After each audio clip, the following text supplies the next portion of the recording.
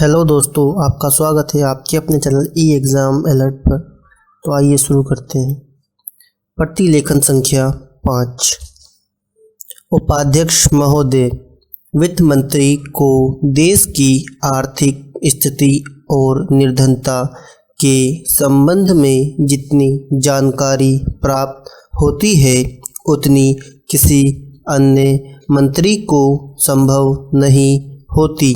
Budget बनाते समय वैसे तो बजट में आय व्यय का ब्यौरा होता ही है, लेकिन मूल रूप से देश की आर्थिक नीतियों में किस प्रकार का परिवर्तन हो तथा किस मार्ग पर वह देश को चलाना चाहते हैं, सरकार का लक्ष्य क्या है, इन सब नीतियों का बजट में विवरण होता है। हमारे वित्त मंत्री चाहे जिस पर भी रहे हों, चाहे वे मुख्यमंत्री रहे हों या केंद्र सरकार में रहे हों, उन्होंने शानदार काम किया। जिस समय उन्होंने बजट प्रस्तुत किया उस समय देश की और विशेष रूप से गरीबों को उनसे बहुत सी आशाएं थी।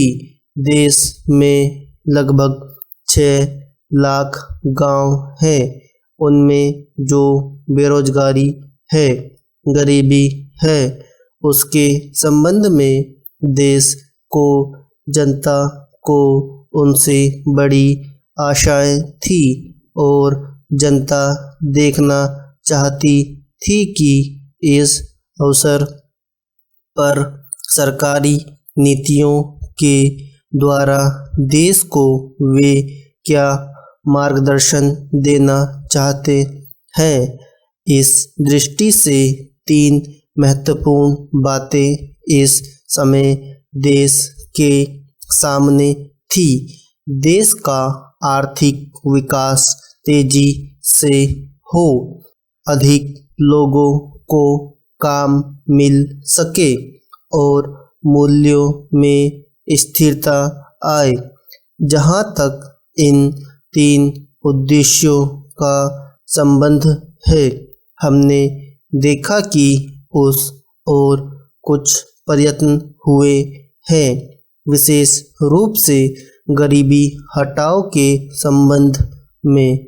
इस देश में जो चर्चा चल रही है, इस बजट में कुछ सीमा तक उसका उल्लेख मिलता है, क्योंकि जितने भी प्रत्यक्ष कर लगे हैं वे ज़्यादातर धनी लोगों पर और विशेष रूप से शहर के लोगों पर लगाए गए हैं। इस तरह से जो एक प्रकार की आर्थिक असमानता हमारे देश में चल रही है, उसको दूर करने का प्रयत्न अवश्य किया गया है।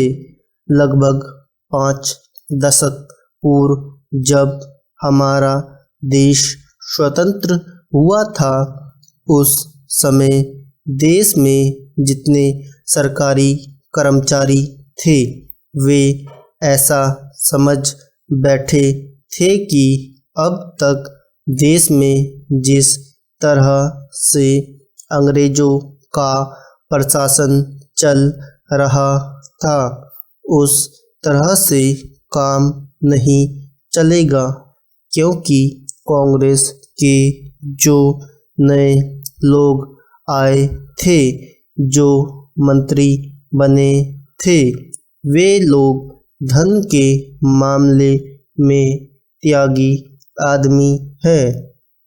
धन से उनको मोह नहीं है, लेकिन बाद में उन्होंने देखा कि हमारे मंत्री लोग भी उसी तरह से शानदार जीवन पसंद करने लग गए जिस तरह से अंग्रेज करते थे।